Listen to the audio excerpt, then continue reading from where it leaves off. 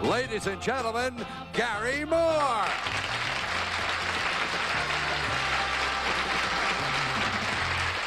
Thank you very much. I'll go, Wendell. Thank you, friends. Our first guest not too long ago took the springboard to fame, which is a kind of a roundabout way of saying that she was an Olympic gold medal diving champion. Of course, there's more to the story than that, and we'll wait to find out what it is as soon as we meet our splashy panel here on To Tell the Truth. Bill Cullen.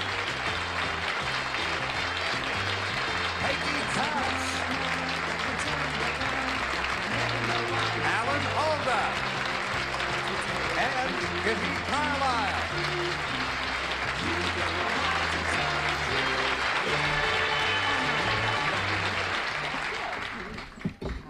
Now, panel one good way for us always to start a show is to show you a good hunk of film if we have a good hunk of film. Yeah. This time we got a good hunk of film. I would like you to observe closely. Ooh, that's a good... Oh. I can't do that.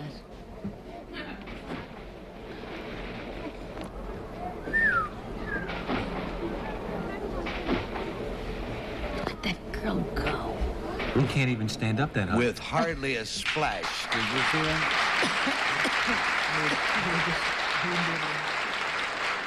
Well, without further ado, let us meet our Olympic diving champion.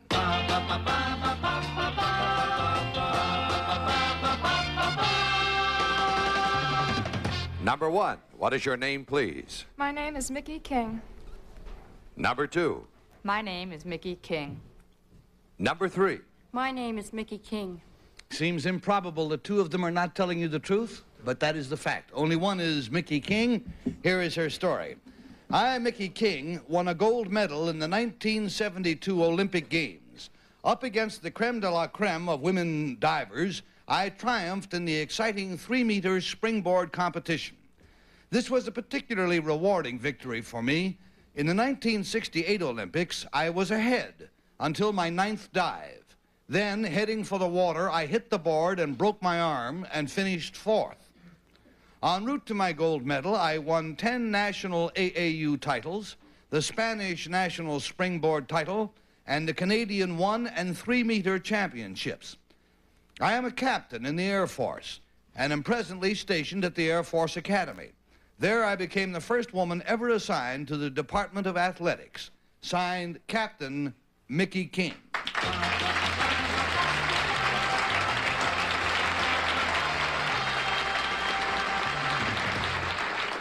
And you don't want to go away without finding out who really Micky King is, so hang around, okay? So you want to play some rock and roll. The first thing you need is music lessons. Of course, you could just tune in and play Rock and Roll Jeopardy on Game Show Network. This game rocks. Rock and Roll Jeopardy weekends at 12:30 p.m. Eastern, 9:30 a.m. Pacific on Game Show Network. To prove how great Colgate Total really is, I need 12 hours. The advanced formula in Colgate Total actually stays on your teeth after you brush. 12 hours later, it's still there, helping to protect them. For 12-hour protection, Colgate Total. Every 24 hours, you get a whole new chance to take on the world. Get yourself ready with Carnation Instant Breakfast. So delicious, with 21 vitamins and minerals and the energy you need. Carnation Instant Breakfast from Nestle. Country Crock plus calcium. That's an important addition. Especially to me. Why? Oh, because of our little addition. You're not. I am. Wow, you need this. Eat, eat. Our family's growing too. New shed spread Country Crock plus calcium. You know what? It's decision time. You have to decide.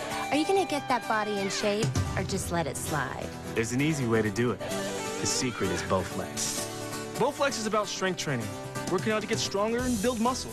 You burn calories and it reshapes your body. Over 60 different health club quality exercises, all in one easy-to-use machine.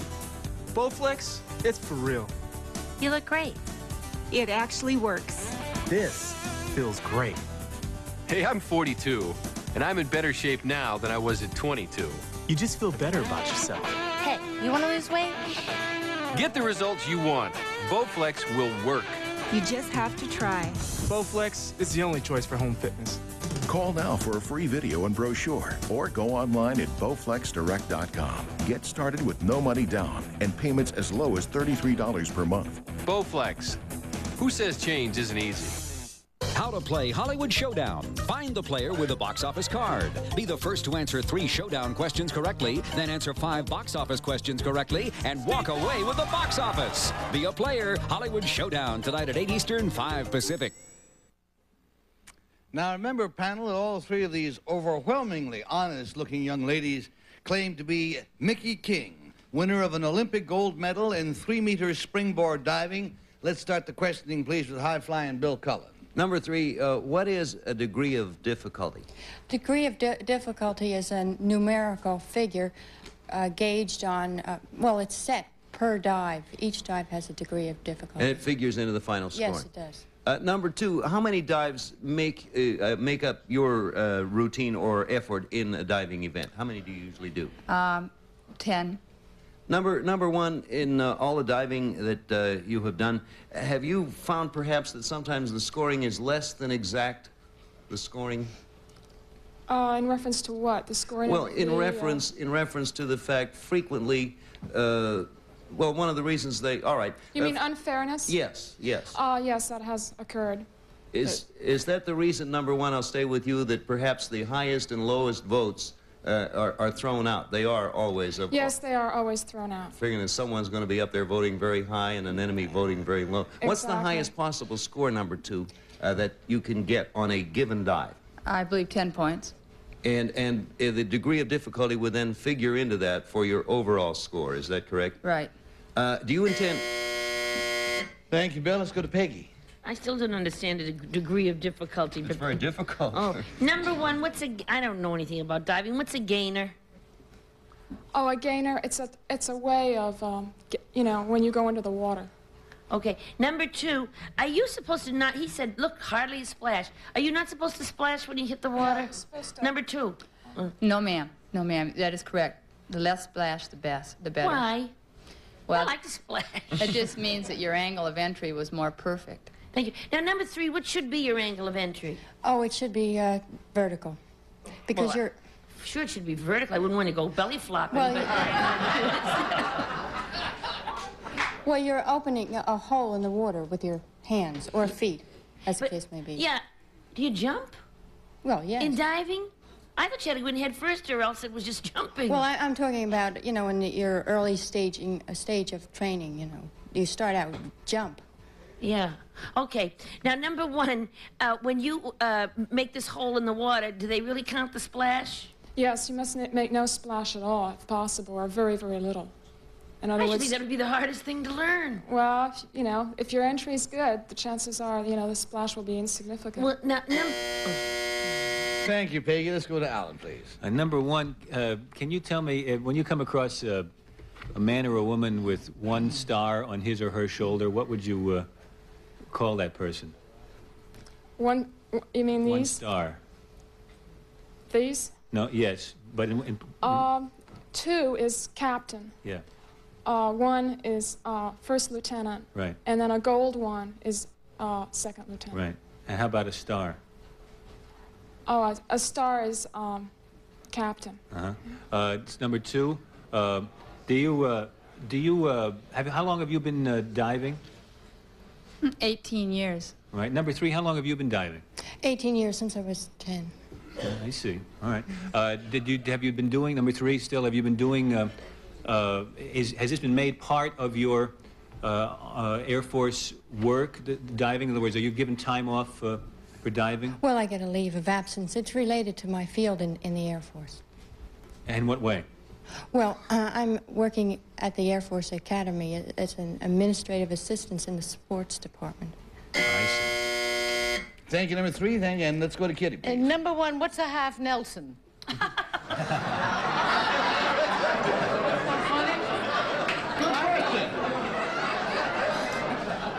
question. Well, she asked what a gainer was, What's a Nelson? What's a half Nelson? Just a lousy dive, I guess. Well, number two. It's a Rockefeller from the belt up. I don't know what that means either, but anyway.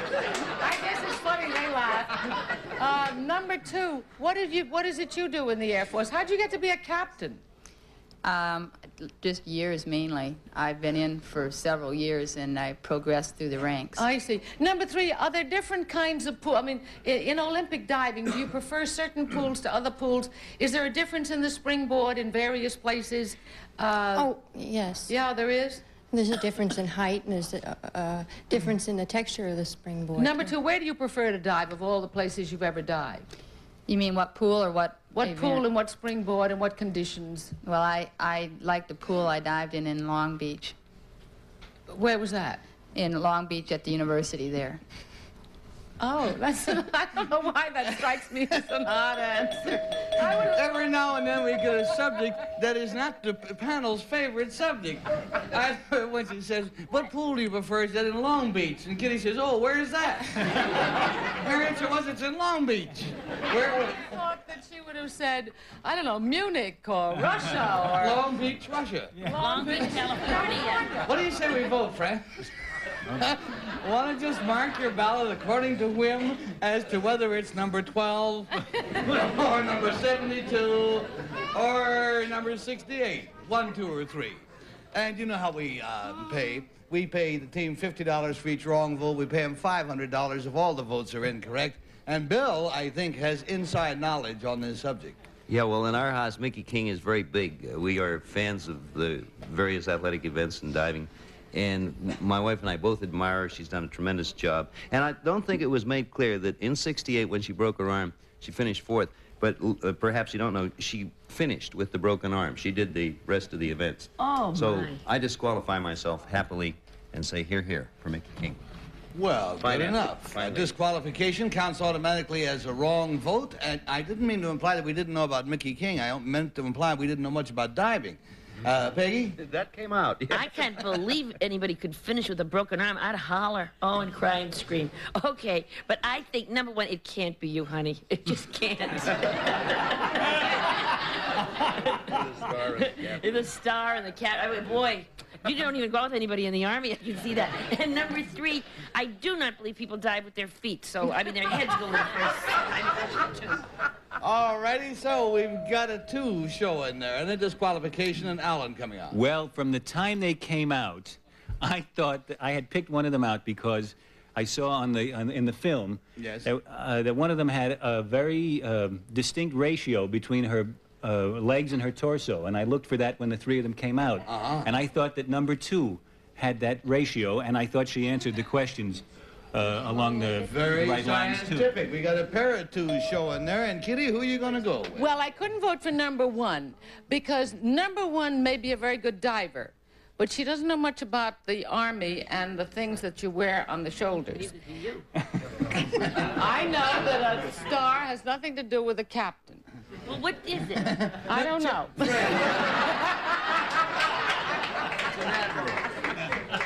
And number 3 was telling us about training diving with your feet. That's the way I dive. But that's not good for Olympic diving, so I voted for number 2. Well, we've got 1 disqualification, and unanimously the rest of the folks go for number 2. Captain Micky King, will you proudly stand up?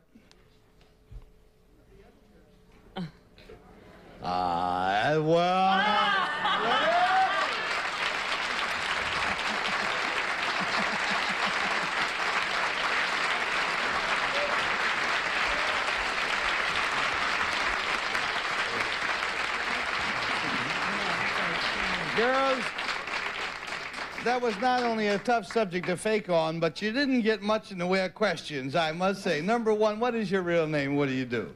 My name's Gay Lidgerwood, and I work on the Kodak account at J. Walter Thompson. Oh, hey there.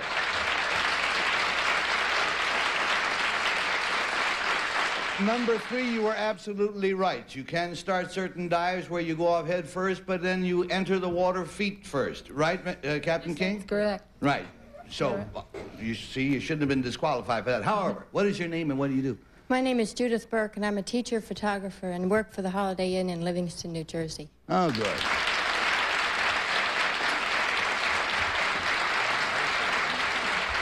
Captain Micky King, proud to have you with us. And thank you, ladies, also for being with us on To Tell the Truth. Take care now.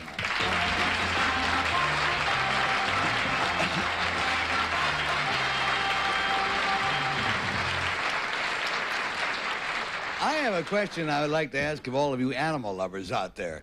Has it ever occurred to you that if you're going to go to Germany, that you might take your German Shepherd with you?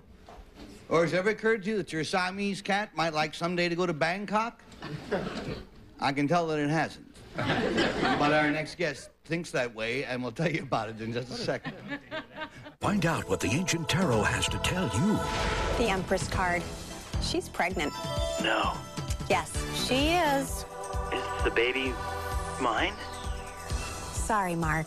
She hasn't called you because she's having an affair with your new husband. No. No! Uh-huh. I see from the Queen of Cups, he's still seeing his ex-wife. He's what? Yes, he's still seeing her. I'm seeing the King of Cups here, Frank. She's staying with her old boyfriend. What?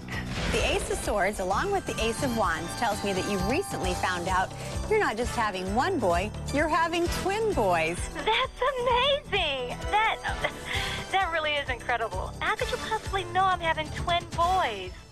Wow. Don't hesitate any longer. Try it now. Pick up the phone and call for your free tarot reading right now. 1-800-817-7773. Find out what the ancient tarot has to tell you. The Empress card. She's pregnant. No. Yes, she is. Is the baby mine? Sorry, Mark. She hasn't called you because she's having an affair with your new husband. No. No! Uh-huh. I see from the Queen of Cups, he's still seeing his ex-wife. He's what? Yes, he's still seeing her. I'm seeing the King of Cups here, Frank. She's staying with her old boyfriend. What? The Ace of Swords, along with the Ace of Wands, tells me that you recently found out you're not just having one boy, you're having twin boys. That's amazing! That really is incredible. How could you possibly know I'm having twin boys? Wow. Don't hesitate any longer. Try it now. Pick up the phone and call for your free tarot reading right now. 1-800-994-4619. Nobody told me which pile do I take it from. Game show host. It's a tougher job than it looks. This one here like this? Family Feud tonight at 8:30 and 12:30 Eastern. Now let's say hello to our animal-loving traveler.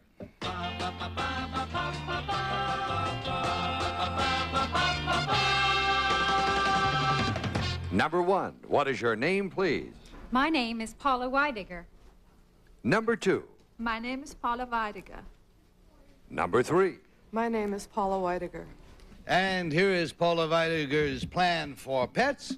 She says, I, Paula Weidiger, or Weidiger, am the co-author of a book. The name of the book is Travel with Your Pet. It's a handbook on how to make a journey enjoyable for both pet and owner. My book gives information on which countries welcome visiting four-legged tourists, which airlines allow an animal in the passenger cabin, and how to feed and medicate a peripatetic pet. I tell how to find a vet in Vienna, a dog biscuit in Dusseldorf, and how to speak those all-important words, do you have any bones for my dog, in 5 different languages. Signed, Paula Weidiger.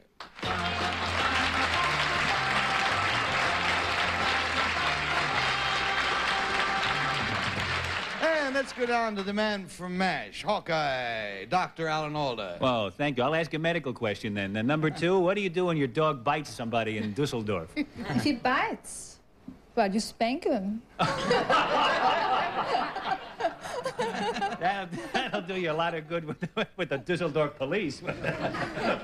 Number 1, what do you recommend putting in your dog to keep him calm during the voyage?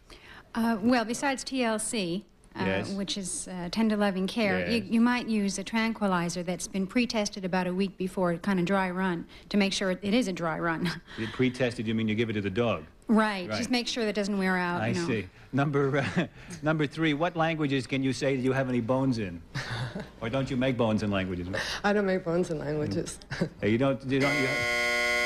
Sorry, I'm going to go to Kitty Carlisle. Number 2, are you allowed to say which airlines will let you take pets in the cabin? Yes. Well, all the American airlines like TWA, Pan American, and... How big? How big? Can you take a German Shepherd in the cabin? Yes. No, not in the... Well, it depends if... no, German Shepherd, no, he would be too big. A But little if tiny it's pet. a tiny... Yes, in a container on almost any airline. I wonder, number 1, I wonder at what size they begin to draw the line. Do you know? Like Yeah. 1 foot, 2 feet? It's some airlines, like an El Al, they say 10 pounds. So like if you starve your dog for a few days, you can You get can by make it. with a mini. Number 3, oh, I'm sorry, go ahead. Oh, that's it. But really toy and 12 inches above the ground and a carrier, that kind of thing. I see. Number 3, what countries don't allow... I'm sorry, we're going to go down Bill Cullen. Yeah, Kitty, I like that. Number 3, what one country that we think of does not allow you to bring your pet directly into that country? The most notable one is Great Britain. Uh-huh. And number 1, if I wanted to take a pet of mine to Great Britain, how would I go about it? There is a waiting time, and how can it be done? Let's put it that way. No way, really. It's 6 months quarantine, and that's the drag. England, who loves dogs the most, makes it most difficult for dogs to be brought in, I guess because it's an island or something. Well, but it's 6 months quarantine, and... The Burtons solved that very readily. They if you just live bought in- a yacht and anchored it there and keep the dog on a yacht. Yeah, on the Thames. For those of us, number 2, who don't feel inclined to buy, who feel diffident about buying a yacht and tying up in the Thames, as it were, if I were going to England permanently, would I be able to get my dog admitted in 6 months? After the 6 months are over, yes. Yes. And finally, to Peggy Cass. Number 1, do they have many casualties of dogs who die during that 6 months because they're so upset they miss people? No, number 1. Number 1. Well, I really didn't do a research on the Grimmer Reaper side of it. Okay, but number 1, do you know why that rule? And it's a good reason that they have that rule. What is do you know the reason for that rule? I really don't. I know that I would think that if a health certificate or, showing Well, they don't rabies, they've never had any rabies, maybe they're more vulnerable being an island and they just, would rather... Number 2, do you know a city where there is a lake which is used only for dogs? A lake? Yeah. No. Okay. No. I'm sorry, that's what does us in, that little bell, every time. From there on in, you have to mark your ballots, while the audience and I take a look at number 1, and at number 2, and at number 3. And if we've all come to any kind of a decision, Alan?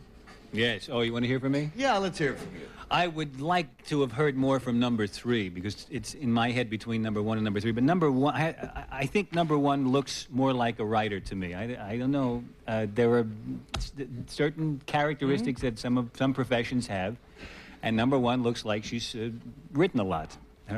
She got a lump on her middle finger, a callus from writing. There, I'd say number 1. We've got number 1, Sean and Kitty. Well, I hate to disagree with our distinguished guest, but I think anybody who writes a book about that sort of thing must know why the British don't allow dogs in under 6 months quarantine.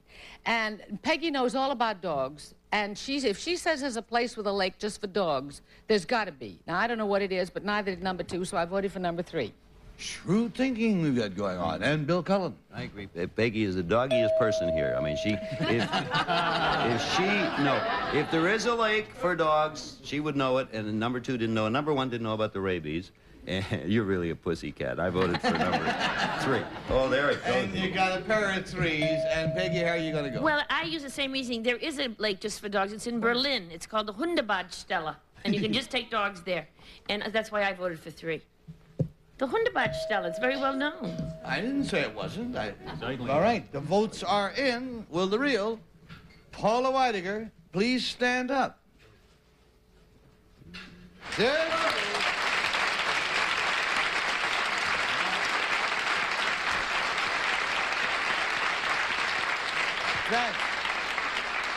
Didn't have as much luck as I thought we were going to have. Number 1, what is your real name? What do you do? My name is Phyllis Edelman. I'm a caseworker with the Agency for Child Development, and I do perform with a comedy team called the No Return Bottles.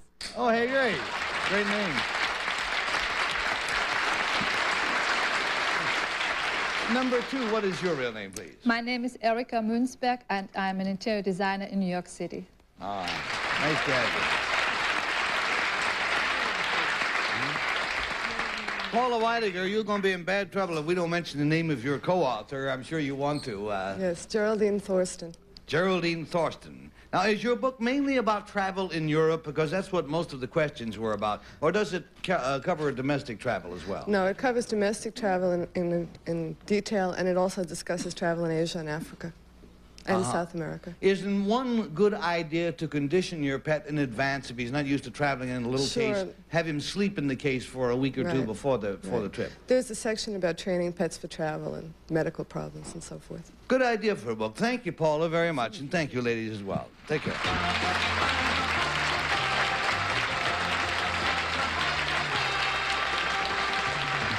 So you want to play some rock and roll. The first thing you need is music lessons. Of course, you could just tune in and play Rock and Roll Jeopardy on Game Show Network. This game rocks. Rock and Roll Jeopardy weekends at 12:30 p.m. Eastern, 9:30 a.m. Pacific on Game Show Network. Love to play? Then log on to GameShowNetwork.com. From classic game shows to the latest innovations, GameShowNetwork.com puts the world of play at your fingertips. GameShowNetwork.com. Why just surf when you can play? Father Mike Berner mailed in his entry. Beverly Cook mailed in her entry. But this August 24th, you could become a millionaire without mailing in an entry. Publishers Clearinghouse introduces PCH.com. Just go online, enter, and you could win $1 million live on TV. Of course, if you want to mail it in, that'll work too. So watch your mail or go to PCH.com. And on August 24th, our newest millionaire could be you. You can't blame them. They try. But what does a guy know about a period? He hands me Tylenol? That proves he doesn't get it. It's not enough. I need Midol for the headache, cramps. I feel like a blimp. Midol's just as strong on pain, but it does more than Advil or Tylenol because it's got something extra to help bloating and fatigue too. Midol, because your period's more than a pain. I gotta lighten up on these boys.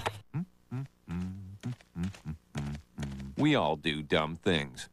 Paying too much for car insurance doesn't have to be one of them. Geico. A 15-minute call could save you 15% or more on car insurance. We all do dumb things. Paying too much for car insurance doesn't have to be one of them. Geico. A 15-minute call could save you 15% or more on car insurance. Paula says Mark loves legs. Laura thinks breasts. Mark's real weakness is wings. Dawn says it's too big. Carrie thinks it's too small. Ross says his apartment is just fine. All new Three's a Crowd, weeknights at 9:30 Eastern, 6:30 Pacific, only on Game Show Network. Check it out. Get out your blindfolds and guess who's the mystery guest on What's My Line, followed by Family Feud, then catch Hot Potato. I want to give a special vote of thanks to Alan Alda for being with us today. Alan, thanks. You're always such a pleasure to have around. Oh, that's if that's so, it's because I have such a good time. I really enjoyed her. Thank you. I feel like Hawkeye is here, you know? Thank you. We'll see you on MASH. And friends, we'll see you real soon. Take care. Our central characters today will receive a Channel Master Deluxe portable cassette player recorder with built-in mic, automatic shut-off, and piano key controls for effortless, carefree fun from Channel Master. Promotional consideration provided by Best Western Motels, the nation's largest chain of 1,250 fine owner-operated motels in 900 cities throughout the United States, Canada, and Mexico. Sue thinks Steve likes it in the morning. Lisa thinks he likes to get it at lunch, but Steve actually prefers watching the news in the evening. If Ken were a computer, he says he'd be a hard drive. His girlfriend thinks he's more like a high-speed modem, while his ex is thinking floppy disk. He's thinking Julie still has a thing for him. He's thinking Julie still wants him. Julie's thinking, did I leave the iron on? All new Three's a Crowd. Find out who knows you best tonight at 9:30 Eastern, 6:30 Pacific.